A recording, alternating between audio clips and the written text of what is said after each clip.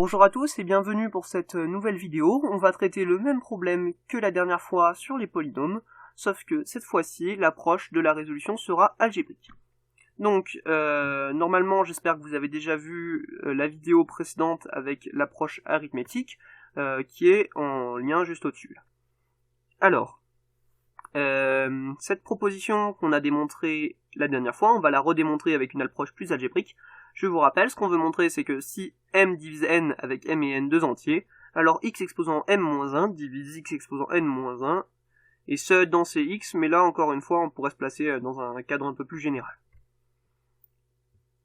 Donc, cet exercice, cette fois-ci, est sous version algébrique, et on va commencer, je vous conseille déjà d'essayer de le faire tout seul, avec une approche un peu plus algébrique, donc essayez de raisonner sur les racines de l'unité, si la dernière fois vous avez raisonné sur de la divisibilité, et sinon, voici quelques questions qui vont pouvoir vous aider. Le plus facile, c'est avec une approche algébrique, c'est de montrer le sens réciproque. Ce qui est assez intéressant parce que le plus facile avec l'approche arithmétique, c'était de montrer le sens direct, donc on pourrait combiner un peu les deux pour faire au plus court. Et du coup, voilà, essayez au moins de montrer le sens réciproque en raisonnant sur les racines de l'unité. Vous pouvez aussi essayer de montrer le sens direct, qui n'ont pas non plus très compliqué. Et vraiment, cette approche algébrique est même plus simple que l'approche arithmétique. Donc, on est parti pour la résolution de l'exercice. Donc, dans la première question, on nous demande de montrer que si on a un m qui est un entier, strictement supérieur à 0, x exposant m-1, il possède exactement k racine dans c. Donc ça, c'est quelque chose que normalement vous connaissez bien, c'est k racine dans c, pas k m racine dans c, ce sont les racines de l'unité. Et ces racines de l'unité, vous pouvez les écrire sous la forme si p, où p est un entier qui parcourt entre 0 et m-1, et ce sont les exponentielles de 2ipp sur m. Pour p, du coup, compris entre 0 et m-1.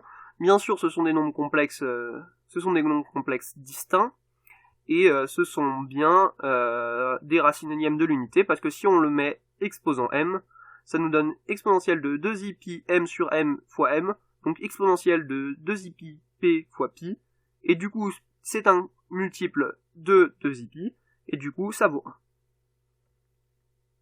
Voilà pour cette première question, et maintenant on va en déduire que si m divise n, alors x exposant m-1 va diviser x exposant n-1. Donc, si on prend k qui appartient k qui est un entier, et qu'on écrit n égale mk. Donc ça, pourquoi on l'écrit ? On l'écrit parce que on a que m divise n, et c'est toujours bon d'écrire les choses comme ça, quand on sait qu'on a un nombre qui en divise un autre. Et on va reprendre xi, ça va être une racine du polynôme x exposant m-1. Alors, en particulier, on a que xi puissance n, vu que n c'est k fois m, c'est xi puissance m puissance k. Mais xi puissance m, ça fait 1. Pourquoi ? Parce que xi est une racine de x exposant m-1, bien sûr. Et du coup, ça nous fait 1 puissance k, et ça nous fait 1. Et du coup, on a vu que xi puissance n, ça faisait 1, et du coup, ça veut dire que xi, c'est une racine de x exposant n-1. Voilà. Donc, à noter que là, on a pris xi une racine de x exposant m-1, mais que les racines de x exposant m-1, en général, c'est les xp. Et les xp, sont des racines qui sont toutes distinctes.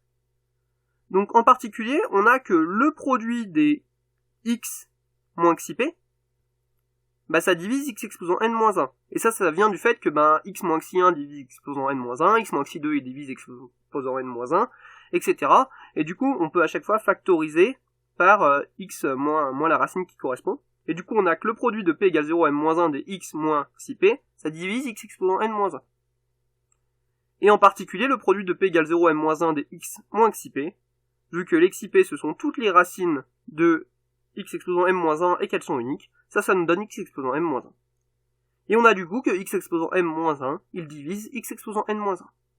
Et on a fini de montrer le sens direct. Si m divise n, alors x exposant m-1 divise x exposant n-1. Donc maintenant on va montrer le sens réciproque. Donc la première question, c'est de montrer que une racine m-ième de l'unité, si toutes les racines m-ième de l'unité sont racines n-ième de l'unité, alors m divise n. Donc, comment est-ce qu'on va montrer ça? Si les racines m-ième de l'unité, elles sont des racines n-ième. En particulier, on peut considérer xi1, donc xi1 c'est du coup exponentielle de 2i pi sur m. On peut considérer xi1, et on sait que xi1 puissance m, ça fait 1, vu que xi1 est une racine m-ième de l'unité.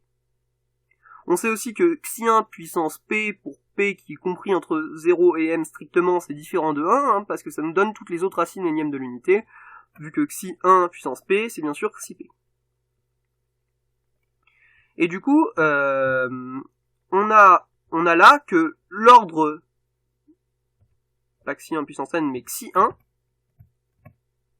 c'est donc un élément d'ordre m dans le groupe des racines m-ièmes de l'unité, vu que xi1 puissance m ça fait 1, c'est un groupe multiplicatif, les racines m-ièmes de l'unité, et xi1 puissance m ça fait 1, et on sait que xi1 puissance p pour p qui est strictement inférieur à m, ça ne donne pas 1. Du coup, c'est un élément d'ordre m, xi1. Mais c'est un élément d'ordre n à la fois du groupe des racines m-ièmes de l'unité, mais vu que tous les racines m-ièmes de l'unité sont racines n-ièmes de l'unité, les racines m-ièmes de l'unité c'est donc un sous-groupe des racines n-ièmes de l'unité, et en particulier xi1 c'est toujours un élément d'ordre m du groupe des racines n-ièmes de l'unité. Or le groupe des racines n-ièmes de l'unité c'est un groupe de cardinal m. Et là on a un élément d'ordre m dans un groupe de cardinal n. En particulier, si c'est un élément d'ordre m, le sous-groupe qui l'engendre est un groupe de cardinal n, et du coup ça nous fait un sous-groupe de cardinal m dans un groupe de cardinal n, et par le théorème de Lagrange, on obtient que m divise n. Alors le théorème de Lagrange qui nous dit par exemple que, en fait il nous dit plein de trucs le théorème de Lagrange, mais en particulier qu'un groupe, un sous-groupe est un cardinal, si on prend un groupe fini, qu'on a un sous-groupe, le cardinal du sous-groupe divise le cardinal du groupe. Ça nous dit aussi que si on a un élément d'un ordre donné dans un groupe fini, l'ordre divise le cardinal du groupe. Et ça nous dit un dernier truc, c'est qu'un élément exposant le cardinal du groupe, ça fait 1 en particulier. Donc voilà, on obtient que m divise n. Alors, ça c'est si toutes les racines m-ièmes de l'unité sont racines n-ièmes de l'unité. Et en fait, il suffirait de montrer ça, du coup, pour montrer que m divise n. Mais voilà, si x exposant m-1 divise x exposant n-1, alors les racines m-ièmes de l'unité, vu qu'elles sont racines de x exposant m-1, elles sont aussi racines de x exposant n-1, donc les racines m-ièmes de l'unité sont racines n-ièmes de l'unité. Du coup, vu que toutes les racines m-ièmes de l'unité sont racines n-ièmes de l'unité, on a, parce qu'on vient de montrer juste avant, que m divise n. Et on vient de montrer le sens réciproque. Donc voilà, on vient de faire l'approche algébrique de cette vidéo, qui normalement était encore plus simple que l'approche arithmétique. J'espère que ça vous a plu, puis merci d'être resté jusqu'au bout, et à plus pour une prochaine vidéo.